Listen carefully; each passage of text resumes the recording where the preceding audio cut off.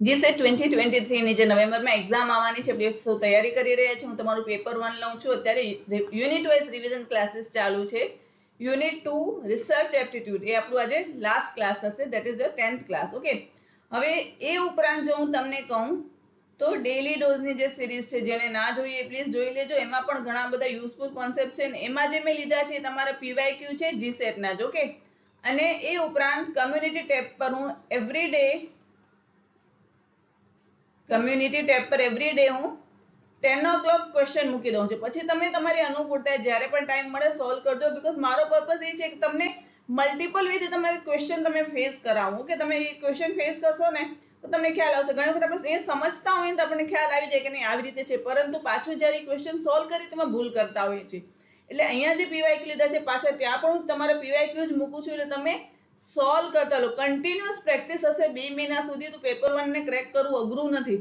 But yes, continuous હોવી જોઈએ. વચ્ચે હવે આપણે તહેવારની રજા પાડી દઈએ, સેટરડે સન્ડે આપણે ગુલ્લી મારી દઈએ તો એ રીતે નહીં થાય. બીકોઝ હવે માત્ર 2 મહિના જેટલો જ સમય છે. ઓકે, તો કમ્યુનિટી ટેબ, ડેલી ડોઝ, આ સિરીઝ તમે જેટલો લાભ લેવાય એટલો લેજો. Everything is free of cost. Okay, હવે આપણે 10th યુનિટની 10th ક્લાસ છે, આજે લાસ્ટ ક્લાસ છે, એના ક્વેશ્ચન્સ જોઈ લઈએ. બિફોર ધેટ કાલે મેં અસેશન, રીઝન અને સ્ટેટમેન્ટ ટાઈપના ક્વેશ્ચનમાં શું ફરક હોય છે અને એને કઈ રીતે સોલ્વ કરવા એ મેં કાલે વાત કરી છે ગઈકાલના ક્લાસમાં. That is class number 9. હવે જો કોઈ ના જોયા હોય તો જોઈ લેજો. બીકોઝ અસેશન અને રીઝન એવો ટોપિક છે ને કે આપણે જોઈને આમ ખાલી શબ્દ વાંચીને અસેશન આપણે ગભરાઈ જઈએ છીએ કે કઈ રીતે એને સોલ્વ કરવા. ઓકે, કારણ કે તમારું કન્સેપ્ચ્યુઅલ નોલેજ ટેસ્ટ કરે છે. હવે આખા પેપરમાં હાર્ડલી એક અથવા બે જ ક્વેશ્ચન પૂછાતા હોય છે. બટ હું ટ્રાય કરું કે દરેક યુનિટમાં હું એવા ક્વેશ્ચન્સ લઈ આવું જેથી તમને આ ક્વેશ્ચનને સોલ્વ કઈ રીતે કરવા તમને ખ્યાલ આવે. ઓકે, એટલે રિસર્ચ એપ્ટિટ્યુડમાં ઇવન ટીચિંગ એપ્ટિટ્યુડમાં મેં અસેશન રીઝનના ક્વેશ્ચન્સ લીધા હતા. ઓકે, આરસીમાં એમાં પોસિબલ નહીં થાય, ડીઆઈમાં ન હોય, મેથેમેટિકલ રીઝનિંગમાં નહીં. અગેન જ્યારે કમ્યુનિકેશન આવશે, એ બધા યુનિટ્સ આવશે, એમાં હું ટ્રાય રાખીશ કે તમે અસેશન રીઝનના ક્વેશ્ચન આપણે સોલ્વ કરીએ જેથી તમારી પ્રેક્ટિસ થઈ જાય ને જ્યારે એક્ઝામમાં આવે ત્યારે એ ક્વેશ્ચન આપણે સાચા પડે. ઓકે, એ જ આપણો અહીંયા પર્પઝ છે કે ક્વેશ્ચન જેમ બને તેમ મેક્સિમમ સાચા કરીને આવીએ તો સ્કોર મોર દેન 80% પણ આવી જાય છે. એવું નથી કે આપણે 50, 60, 70 નહીં, મોર દેન 80% પણ આવેલા છે. ઓકે, તો આપણો ટ્રાય છે કે આપણે ત્યાં સુધી પહોંચી જઈએ. હવે આપણે ક્લાસ ચાલુ કરીએ. ધેટ ઇઝ 10th ક્લાસ અને લાસ્ટ 10 ક્વેશ્ચન જોઈ લઈએ રિસર્ચના. Okay, so let's get started. Question number 41 જોઈ લઈએ. Which of the following is not a strength of census survey. Question નોટમાં છે નીચેનામાંથી કયું વસ્તી ગણતરી સર્વેક્ષણની તાકાત નથી? પહેલું છે ટ્રેન્ડ એનાલિસિસ એટલે કે વલણ વિશ્લેષણ. બી છે ડેવલપમેન્ટ ઓફ સ્ટ્રેટેજિક પ્લાનિંગ, વ્યૂહાત્મક આયોજનનો વિકાસ. સી છે પોલિસી મેકિંગ ઓફ એજ્યુકેશન એટલે કે શિક્ષણની નીતિ નિર્માણ. અને ડી છે significant real and depth data of population, વસ્તીનો નોંધપાત્ર, વાસ્તવિક અને ઊંડાણપૂર્વકનો ડેટા. ઓકે, તો હવે પાછું આપણે પહેલેથી સ્ટાર્ટ કરીએ. Trend analysis. હવે જ્યારે વસ્તી ગણતરી થાય છે, બરોબર છે, ત્યારે એ લોકો આપણી પાસે આવીને ડેટા લઈ જાય છે. પછી એ લોકો ડેટાને સેગ્રીગેટ કરે છે, છૂટું પાડે છે. ઓકે, હવે એના પરથી એ લોકો ગવર્મેન્ટને ખ્યાલ આવે કે કેટલા 60+ એજમાં વ્યક્તિઓ છે. ઓકે, કેટલા બાળકો છે જે પ્રાઇમરી સ્કૂલમાં જાય છે, કેટલા બાળકો સેકન્ડરી સ્કૂલમાં જાય છે, કેટલા છે હજી જે હાઈસ્કૂલમાં અથવા તો એના પછી યુનિવર્સિટીમાં જેટલા જે છોકરાઓ એડમિશન લીધું છે. એ બધો ડેટા એ લોકોને જે સેન્સસ સર્વે હોય છે એના પરથી મળે છે. હવે આ જે ટ્રેન્ડ એનાલિસિસ થશે. ઓકે, હવે એ લોકો ઉપયોગમાં ક્યાં લેશે કે જ્યારે ભવિષ્યમાં કોઈ સ્ટ્રેટેજિક પ્લાનિંગ કરવું હોય, કોઈ પોલિસીઝ બનાવવી હોય એને રિગાર્ડિંગ, તો એની માટે ગવર્મેન્ટ આ ડેટાનો ઉપયોગ કરે છે. એટલે ટ્રેન્ડ એનાલિસિસ તો થાય જ છે. હવે મેં હમણાં જ વાત કરી કે એના પરથી શું કરે છે ગવર્મેન્ટ? એ સ્ટ્રેટેજિક પ્લાનિંગ કરે છે. ઓકે, અને એ સ્ટ્રેટેજિક પ્લાનિંગ કરશે એ ઉપરાંત શું કરશે તો પોલિસી મેકિંગ કરે છે. ઓકે, તો આ બધું છે એની સ્ટ્રેન્થ છે સેન્સસ સર્વે. સેન્સસ સર્વે એટલે એવું નથી કે ખાલી ડેટા ભેગો કરીને ગવર્મેન્ટને મોકલી જશે ને આપણી દેશની વસ્તી એટલી છે ત્યાં એન્ડ નથી થઈ જતો. Yes, that is the part of census survey, પરંતુ એ ડેટાનો અનેક રીતે ઉપયોગ થતો હોય છે જે ગવર્મેન્ટ આપણી કરતી હોય છે અને આ એનો પાર્ટ છે. ઓકે, હવે ડી જોઈ લઈએ. It is significant. Yes, A significant છે કારણ કે એનામાંથી આપણે એ ડેટા ઉપયોગ કરીને બીજું આગળ ઘણું બધું કરી શકીએ છીએ. એ રિયલ ડેટા છે. યસ, આપણે ઘરોઘર જઈને ડેટા લઈએ છીએ અને ડેટા સાચી મતલબ એક નોંધપાત્ર, એક રિયલ, એક વાસ્તવિક છે બંને. Okay, and depth data of population. It is not the depth data. Okay, એ ડેટા ઊંડાણપૂર્વકનો નથી, એ સુપરફિશિયલ લેવલનો છે.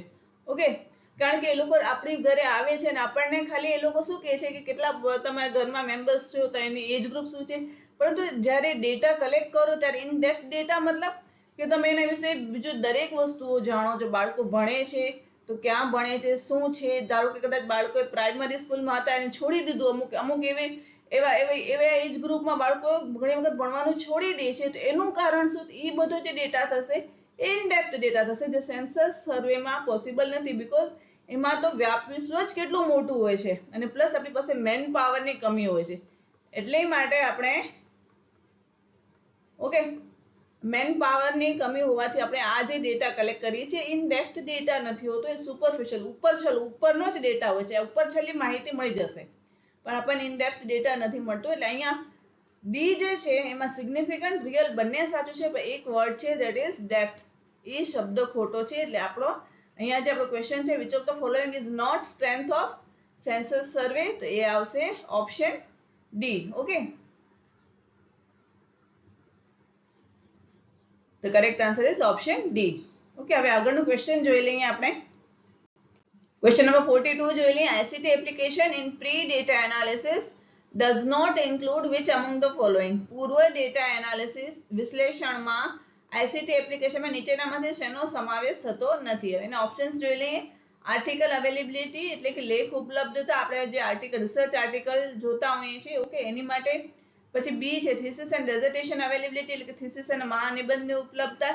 લિટરેચર ટ્રેકિંગ, હવે લિટરેચર ટ્રેકિંગમાં બે ટાઈપનું આવી શકે કે એક તો એક જે થિયોરિટિકલ હોય કે જે આપણા તમારા જે રિસર્ચ તમારો જે પ્રોબ્લેમ હોય એમાં જે બધી ડેફિનેશન્સ ને આવતી હોય એની માટે આપણે બુક્સ શોધતા હોઈએ છીએ, બરોબર છે, અને બુક્સમાંથી આપણને દરેક વસ્તુ ડિફાઇન કરીને એમાં લખતા હોઈએ છીએ, તો એ આવે એક લિટરેચર ટ્રેકિંગ. અને બીજું લિટરેચર ટ્રેકિંગમાં જે થીસિસ ડિસર્ટેશન જે પ્રીવિયસ રિસર્ચિસ થયેલી હોય, પ્રીવિયસ જે પેલા રિસર્ચ આર્ટિકલ્સ જે થયા હોય ઓકે એનામાંથી આપણે ડેટા કલેક્ટ કરીને આપણે જોઈએ છીએ કે આપણામાં જે પૂર્વે થયેલા સંશોધનમાં જે ગેપ આવેલો છે એને આપણે એ દૂર કરીને આપણું સંશોધન આપણે આગળ વધારીએ, એ જે છે એ પણ લિટરેચર ટ્રેકિંગ છે.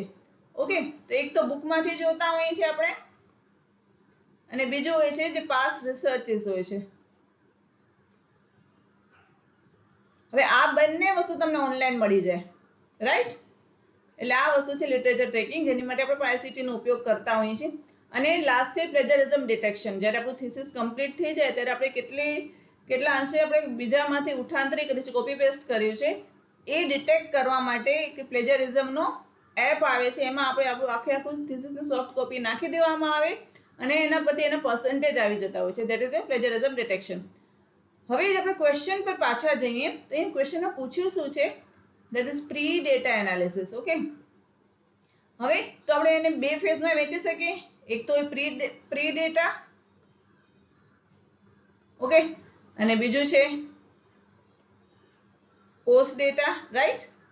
હવે પ્રી ડેટામાં શું વસ્તુ આવશે? પ્રી ડેટા સિમ્પલી એક જ વસ્તુ ધ્યાન રાખો, ડેટા કલેક્ટ કર્યા પહેલા જે વસ્તુ આવતી હોય એમાં તમે આઈસીટી નો યુઝ કર્યો હોય એ આવે પ્રી ડેટા.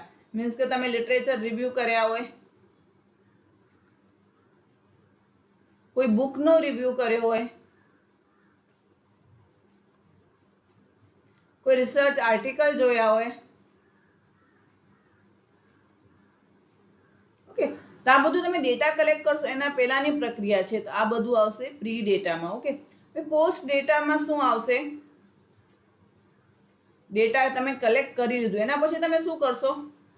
તેને એનાલાઇઝ કરશો, એનાલિસિસ ઓફ ડેટા. ઓકે, એના પછી શું આવશે? તો બિબ્લિયોગ્રાફી આવશે,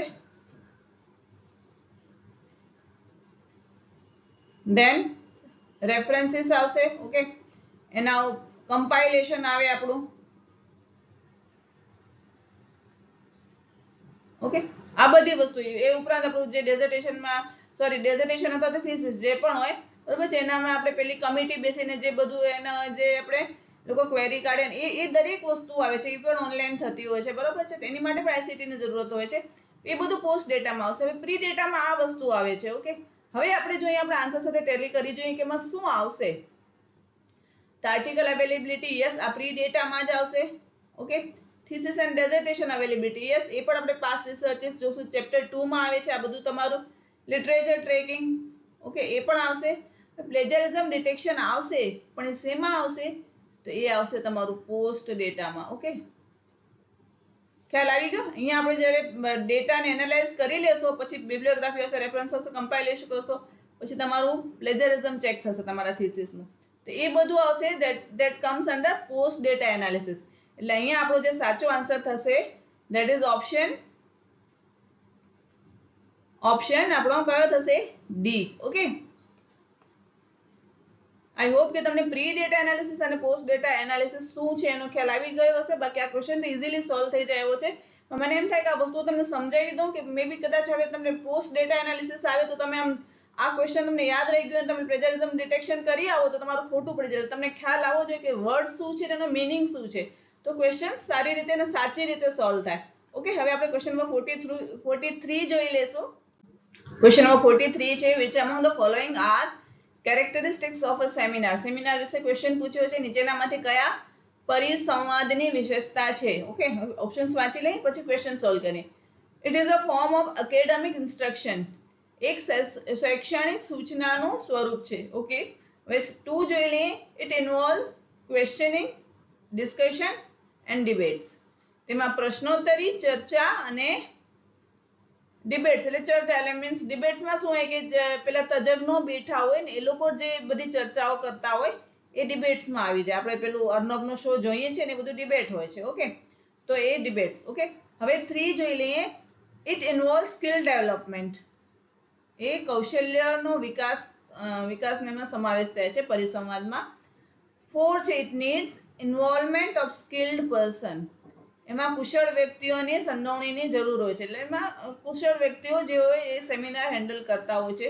તો આ જે 4 ઓપ્શન્સ છે, હવે આપણે જોઈએ કે એનો નીચેને જે A B C D છે એમાં કયો આપણો ઓપ્શન્સ આવશે. હવે આપણે આમ જોવા જઈએ, પેલા નીચે ABCD માં જોઈએ ને પેલા આપણે સેન્ટેન્સીસ જોઈ લઈએ કે કયા સાચા છે. તે એક એકેડેમિક ઇન્સ્ટ્રક્શનનો પાર્ટ છે, શૈક્ષણિક સૂચનાનો તો યસ છે ને. સેમિનાર આપણા એકેડેમિક ઇન્સ્ટ્રક્શન માટે આપણે ઘણી વખત અટેન્ડ પણ કરતા હોઈએ છીએ. સેમિનાર પૂરો થાય ત્યારે ક્વેશ્ચનિંગ, ડિસ્કશન, ડિબેટ્સ થતી હોય છે તો યસ એ પણ થતી હોય છે. It involve skill development. હવે સેમિનારમાં સ્કિલ ડેવલપમેન્ટ થતી નથી. એ ક્યાં થાય? તમારા વર્કશોપમાં અથવા તો સ્કિલ ડેવલપમેન્ટના સ્પેશિયલ ક્લાસીસ હોય ત્યાં તમારું થાય, બટ સેમિનારમાં સ્કિલ ડેવલપમેન્ટ ન થાય. ઓકે, એટલે ઓપ્શન 3 આવશે નહીં. હવે અહીંયા આપણને એટલું મળી ગયું તો પેલા જોઈ લઈએ કે ઓપ્શન 3 શેમાં છે. તે બધા આપણા ઓપ્શન્સ નીકળી જશે. ઓકે, ક્વેશ્ચન નોટમાં તો નથી ને? ના, તો નથી. તો હવે આપણે બરોબર તો 3 નીકળી જશે. આ જશે, આ પણ જશે. બરોબર છે. હવે જો ક્વેશ્ચન કઈ રીતે સોલ્વ કરવા, આ 2 અને 4 છે, અહીંયા પણ 2 અને 4 છે તો 2 અને 4 તો આવશે. હવે આમાં ઓપ્શન 1 આપ્યું છે ને આમાં નથી આપ્યું. હવે આપણે ઓપ્શન 1 પર પાછા જઈએ. ઓપ્શન 1 આવશે કે નહીં આવે?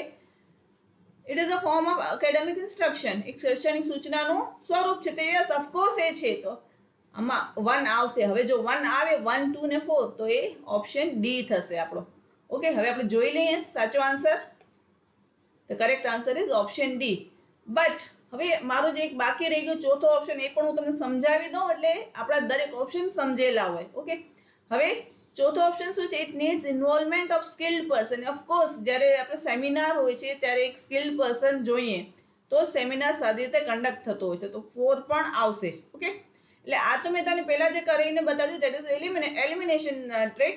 ઓકે, અને એ ઉપરાંત દરેક ઓપ્શન સમજીને કરી. પણ હા, જ્યારે 5 થી 6 જ્યારે આપેલા હોય ને ત્યારે બંને ત્યારે એલિમિનેશન ટ્રીક જ વાપરવી તો ક્વેશ્ચન જલ્દીથી સોલ્વ થઈ જશે. બધા જ ઓપ્શન વાંચશો તો તમારો આન્સર અલ્ટિમેટલી સાચો આવી જશે જો તમને ખ્યાલ હશે દરેક વસ્તુઓનો. બટ થિંગ ઇઝ તમારો ટાઈમ બહુ જ બગડશે. એટલે જ્યારે ઓપ્શન્સ વધારે, જ્યારે સ્ટેટમેન્ટ્સ વધારે આપેલા હોય ત્યારે વસ્તુઓને એલિમિનેટ કરી અને ક્વેશ્ચન ફટાફટથી સોલ્વ કરવાનો હંમેશા ટ્રાય રાખવાનો. ઓકે, તો આપણે અહીંયા ક્વેશ્ચન 43 સોલ્વ કર્યો. હવે ક્વેશ્ચન 44 જોઈ લઈએ. ક્વેશ્ચન નંબર 44 જોઈ લઈએ. કેસ સ્ટડીઝ આર, ઓપ્શન છે studies conducted in the area of genetics and microbiology. જેનેટિક્સ અને માઇક્રોબાયોલોજીના ક્ષેત્રમાં હાથ ધરવામાં આવેલ અભ્યાસો. બી છે in depth examination of a subject and its related condition. વિષય અને તેના સંબંધિત શરતોની ઊંડાણપૂર્વકની સમીક્ષા. સી છે a report on existing sociopolitical condition. હાલની સામાજિક અને રાજકીય સ્થિતિ અંગેનો અહેવાલ. અને ડી છે specialise research in area of health and sanitation, આરોગ્ય અને સ્વચ્છતાના ક્ષેત્રોમાં વિશિષ્ટ સંશોધનો. ઓકે, હવે કેસ સ્ટડી છે શું? જો હું તમને એ વાત કરું તો કેસ સ્ટડી જે છે ને આપણે યા તો એક કોઈ વ્યક્તિ પર કરતા હોઈએ છીએ, એક પર્સન પર, યા તો કોઈ ગ્રુપ પર પણ કરી શકીએ. ઓકે, અને યા તો આખી કોઈ ઓર્ગેનાઇઝેશન પર પણ તમે કરી શકો.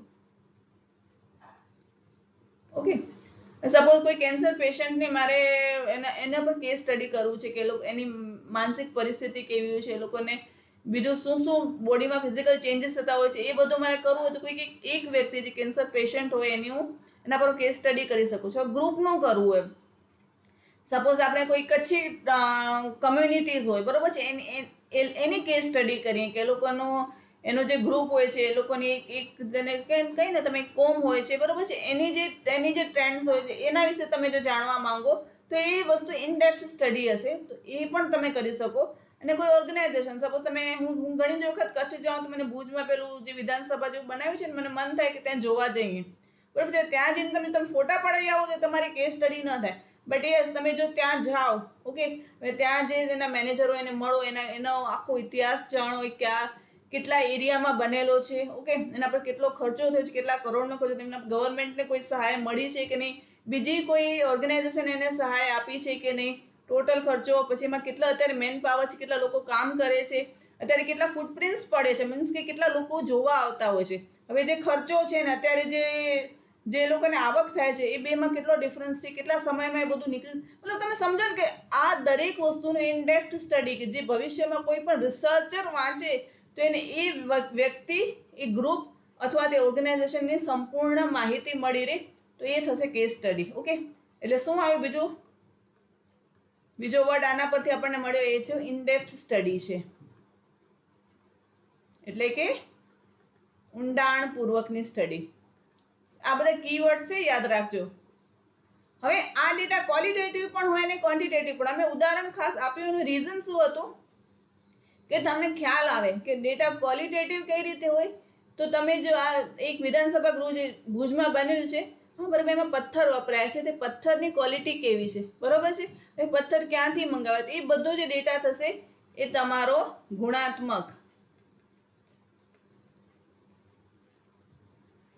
ક્વોલિટેટિવ. ઓકે, નવેમાં કેટલો મેન પાવર છે, એનો ખર્ચો કેટલો છે, બરોબર છે, આ મેન્ટેનન્સ કેટલું, એ બધી જે માહિતી મળશે એ મળશે તમને સંખ્યાત્મક.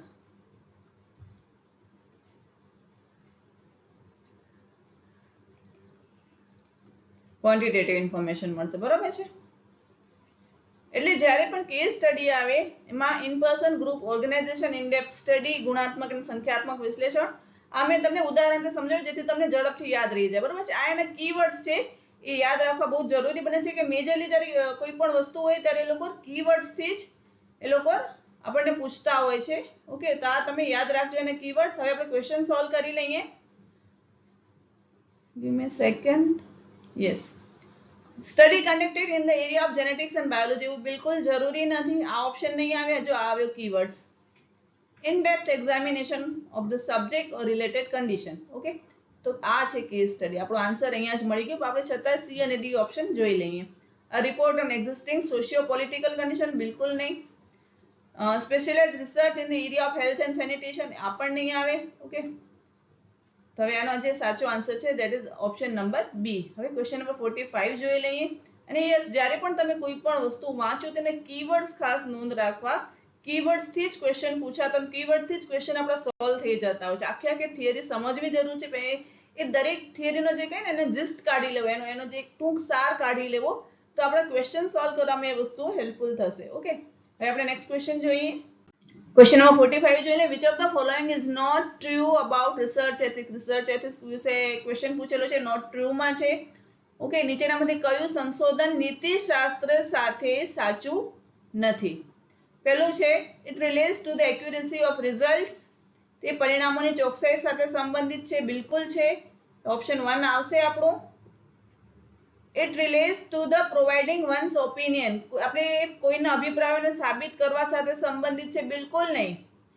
આપણે જ્યારે રિસર્ચ કન્ડક્ટ કરીએ છીએ ત્યારે આપણા પોતાના અથવા કોઈના અભિપ્રાયોને સાબિત કરવા માટે નથી કરતા. જે રિસર્ચમાં ગેપ રહેલો છે અથવા કોઈ કોઈ એરિયામાં કોઈ ટ્રેન્ડ તપાસવા માટે, કોઈ જરૂરિયાત તપાસવા માટે આપણે રિસર્ચ કરતા હોઈએ છીએ, નહીં કે આપણા ઓપિનિયનને પ્રૂવ કરવા માટે. તો આ નહીં આવે, બરોબર છે. હવે નોટ ટ્રુ પૂછ્યું છે અને એમાં સેકન્ડ નહીં આવે, બરોબર. સેકન્ડ આપણે જોયું, તો હવે જોઈ લઈએ સેકન્ડ શેમાં છે. સેકન્ડ તો આ 3 માં છે, A માં, C માં અને D માં. તો અહીંયાથી પેલું એક ઓપ્શન B તો એલિમિનેટ થઈ જ ગયું. ઓકે, હવે આપણે આગળ જોઈએ. It relates to using scientific methods. વૈજ્ઞાનિક પદ્ધતિઓના ઉપયોગ સાથે સંબંધિત છે, બરોબર છે.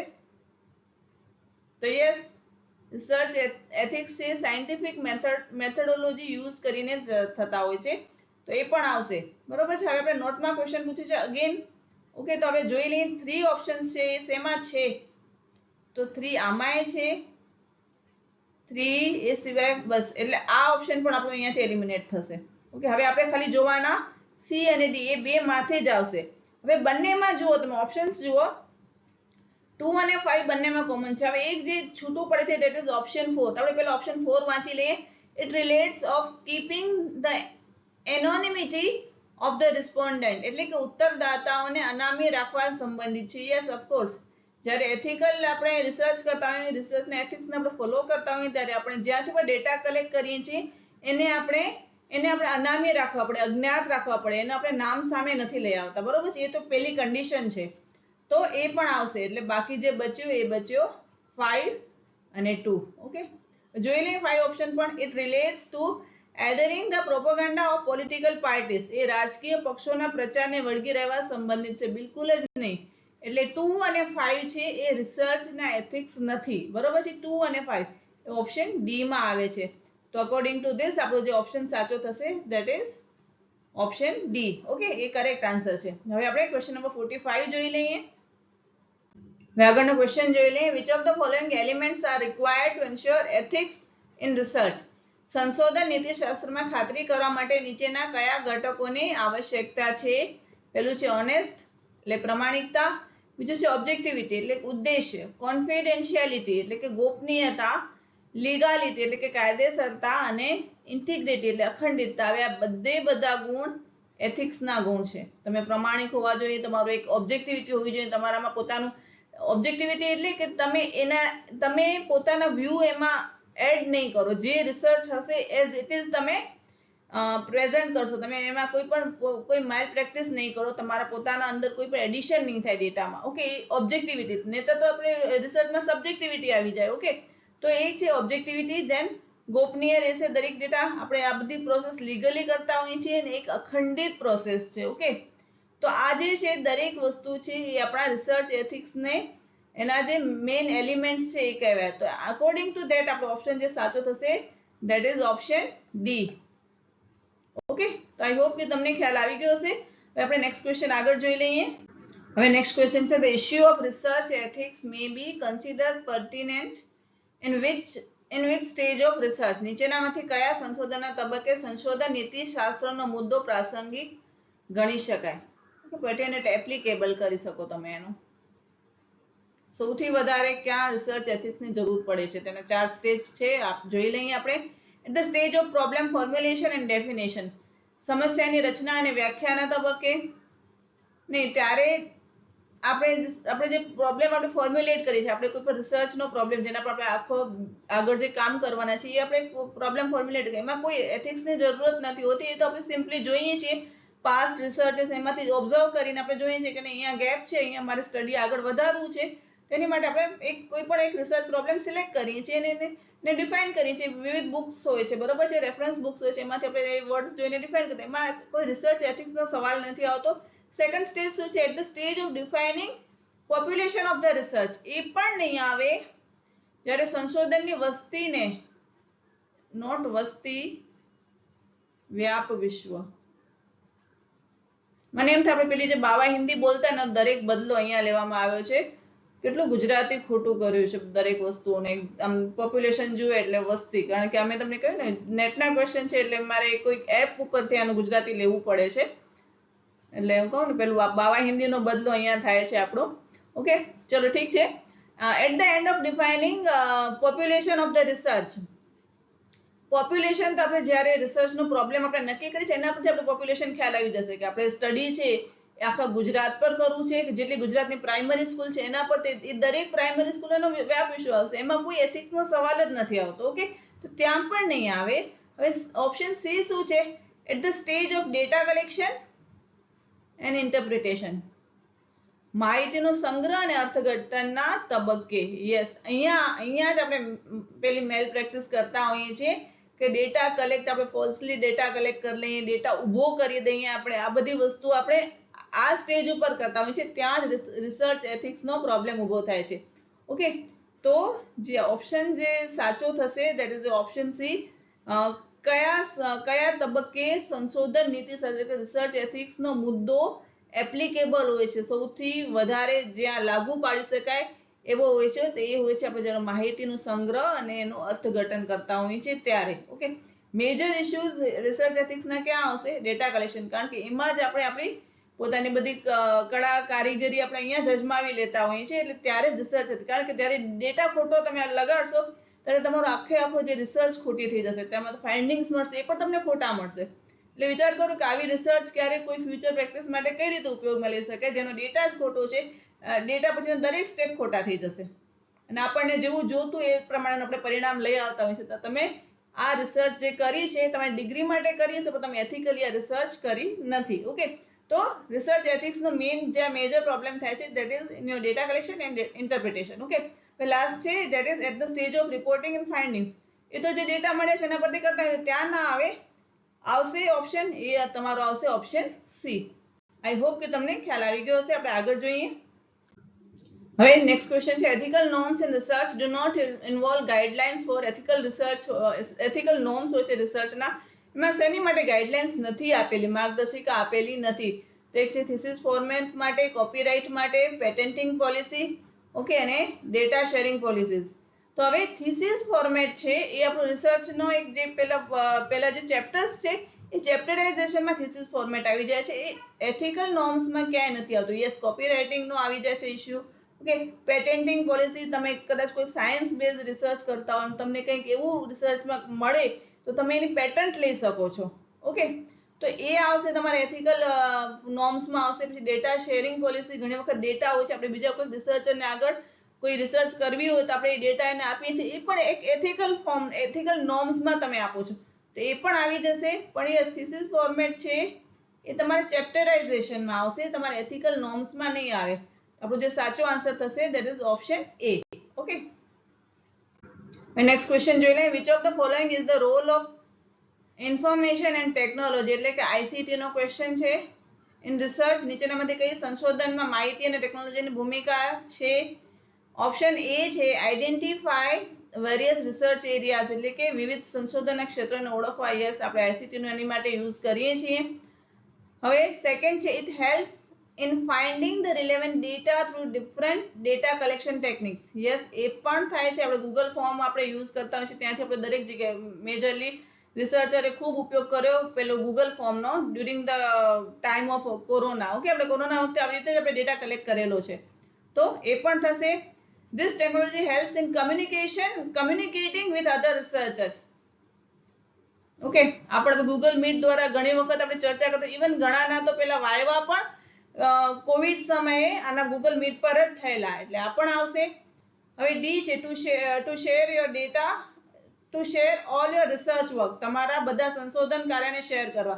સી, આ વસ્તુ છે ને પર્સનલ આવી જાય. મારો કોઈ ડેટા તો મારું રિસર્ચ વર્ક મારા કોઈ ફેલો કલીગને મારે આપવું હોય તો આ પર્સનલ વર્કમાં આવી જાય. એ તમારું કોઈ આઈસીટી માં તમે શેર કરતા, તમે વોટ્સઅપ કરી દો, તમે એને મેલ કરી દો, પણ આ રિસર્ચના ફોર્મેટમાં નથી આવતો. આપણે કોઈ પણ પીયર આપણી જોડે કોઈ પણ હોય ને એ પણ રિસર્ચ કરતા હોય અને આપણે એને બધાને મેં આવી રીતે કેલ્ક્યુલેશન કર્યું છે, સાચું છે કે ખોટું છે જોઈ દે, ને તમે એને તમારી એક્સેલની જે શીટ હોય તમે એને મેલ કરો, તો એ તમારું પર્સનલ કામમાં આવી જશે. એ તમારા રિસર્ચના જે પેલું જે ચેપ્ટરાઇઝેશન છે કે રિસર્ચના ફોર્મેટ છે એમાં આ નહીં આવે. ઓકે, એટલે ઓપ્શન ડી નહીં આવે. ઓપ્શન ઈ જોઈ લઈએ. Sorry, it prepares the researcher for workplace. Yes, તે સંશોધકોને કાર્યસ્થળ માટે તૈયાર કરે છે. યસ, એની માટે પણ આઈસીટી ની જરૂર પડે છે. Okay, it assess the free digital library. Yes, આપણે શોધ ગંગાનો, ઓકે, શોધ ગંગોત્રીનો ઉપયોગ પણ આપણે આઈસીટી ના ઘરે બેઠા જ આપણે દરેક વસ્તુનો ઉપયોગ કરીએ છીએ. એટલે એક્સેપ્ટ ડી તમારા દરેકે દરેક ઓપ્શન આવશે. હવે આપણે જોઈ લઈએ કે કયા ઓપ્શનમાં છે. એ બી સી ડી નથી, ઈ અને એફ. તો આપણો અહીંયા ઓપ્શન એ છે એ સાચો થશે. ઓકે, જોઈ લઈએ સાચો answer, that is option A. I hope કે તમને ખ્યાલ આવી ગયો હશે. ઓકે, હવે નેક્સ્ટ ક્વેશ્ચન જોઈ લઈએ.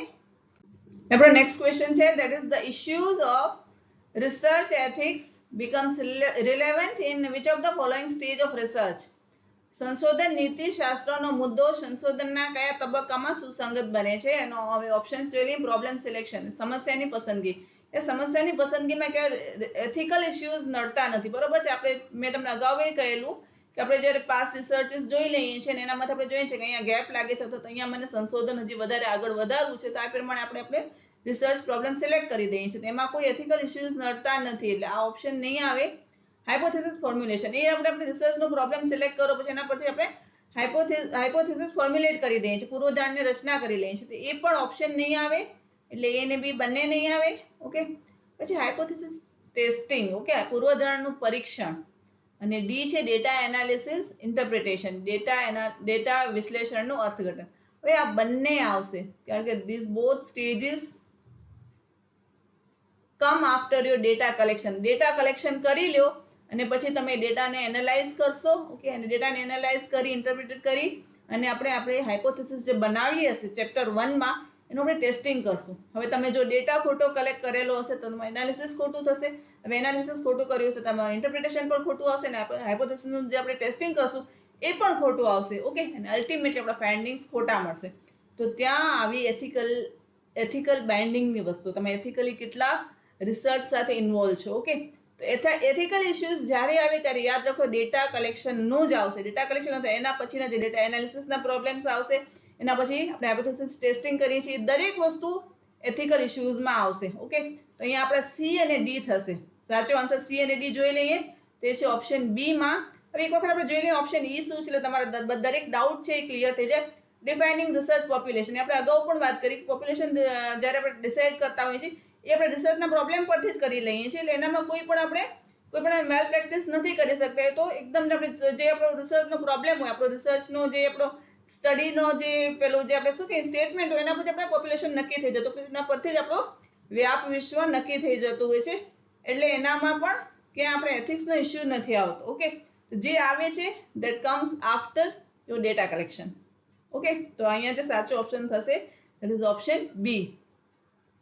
હવે નેક્સ્ટ જોઈ લઈએ. See this is your homework question. આ વખતે ખાસ મેં તમારી માટે સ્ટેટમેન્ટ ટાઈપનો ક્વેશ્ચન લીધો છે. 10 ક્વેશ્ચન આપણે સોલ્વ કરી લીધા. ઓકે, આ તમારો હોમવર્ક ક્વેશ્ચન છે. કાલે આપણે સ્ટેટમેન્ટ અને અસર્શન રીઝન મેં તમને વસ્તુ સમજાવી કઈ રીતે ક્વેશ્ચન સોલ્વ કરો, એટલે જ મેં આજે ખાસ સ્ટેટમેન્ટ ટાઈપનો ક્વેશ્ચન મૂક્યો છે, જેથી તમે તમારી જાતને ચકાસી શકો કે તમને કેટલું સમજાણું છે. ઓકે, તો આ ક્વેશ્ચન છે, ફરીથી ક્વેશ્ચન નથી વાંચતી, ઇંગ્લિશમાં આપ્યું છે, ગુજરાતીમાં આપ્યું છે, ઇંગ્લિશ મીડિયમ ગુજરાતી મીડિયમ બંને માટે છે. જોઈ લેજો ક્વેશ્ચન અને મને આન્સર આપજો આજે અથવા કાલનો નવો ક્લાસ હું આપું એના પહેલા, જેથી મને ક્વેશ્ચન યાદ રહે.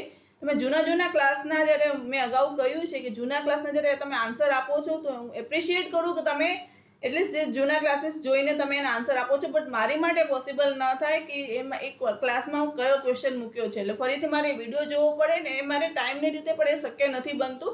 એટલે જ્યારે તમે સોલ્વ કરો તો ઇટ્સ વેરી ગુડ, ત્યારે તમે જોઈ લેવા કે બીજા કોઈ આન્સર આપ્યા છે એ ક્વેશ્ચન એના આન્સર જોડે ટેલી કરી લેવા, કારણ કે તમે આજનું જે ક્વેશ્ચન સોલ્વ કરશો જે કોકરન્ટ ટાઈમમાં તમે જો કરો ને તો મારે એના આન્સર આપવા મારે સહેલા પડે, એનો રિપ્લાય કરવો મારી માટે સહેલો પડે. બટ યસ, 15 દિવસ પહેલા મેં વિડીયો મૂક્યો ને એનો ક્વેશ્ચન હોય તમે સોલ્વ કરીને આપો તો મારી રિક્વેસ્ટ છે કે તમે જોઈ લેજો, બીજા જોડે ને ટેલી કરી લેજો, જેથી તમને કન્ફર્મેશન મળી જાય તમારો આન્સર સાચો છે કે ખોટો છે. ઓકે, આ ક્વેશ્ચન છે આજનો છે, મને કાલ સુધી એનો રિપ્લાય આપી દેજો, જેથી મારી મેમરીમાં પણ ફિટ થયેલો હોય કે આ ક્વેશ્ચન મેં પૂછેલો તો એનો આન્સર પર મને ધ્યાન હોય. ઓકે, તો પાછા કાલે આપણે મળશું. Thank you for watching. Like share subscribe કરજો મારી ચેનલને. કાલે મળશું નવા યુનિટ સાથે. ઓકે, એટલે આપણે બંને યુનિટ કમ્પ્લીટ થઈ ગયા, પણ એવું નહીં કે બંને કમ્પ્લીટ થઈ ગયા તો પાછું ફરીને જોવાનું જ નહીં. ચીજો રિવાઇઝ કરતા રહેજો, દરેક ચીજ રિવાઇઝ કરતા રહેજો, જેથી મગજમાં આ દરેક વસ્તુ આપણે તાજી રહે. અને એની સાથે હું તમારા નવા યુનિટ સ્ટાર્ટ કરીશ અને તમને દરેક વસ્તુનું ઇન ડેપ્થ એક્સપ્લેનેશન આપતી રહીશ, જેથી તમને વસ્તુ સારી રીતે સમજાઈ જાય. તો મળીએ ચલો કાલે. Take care of yourself and bye bye.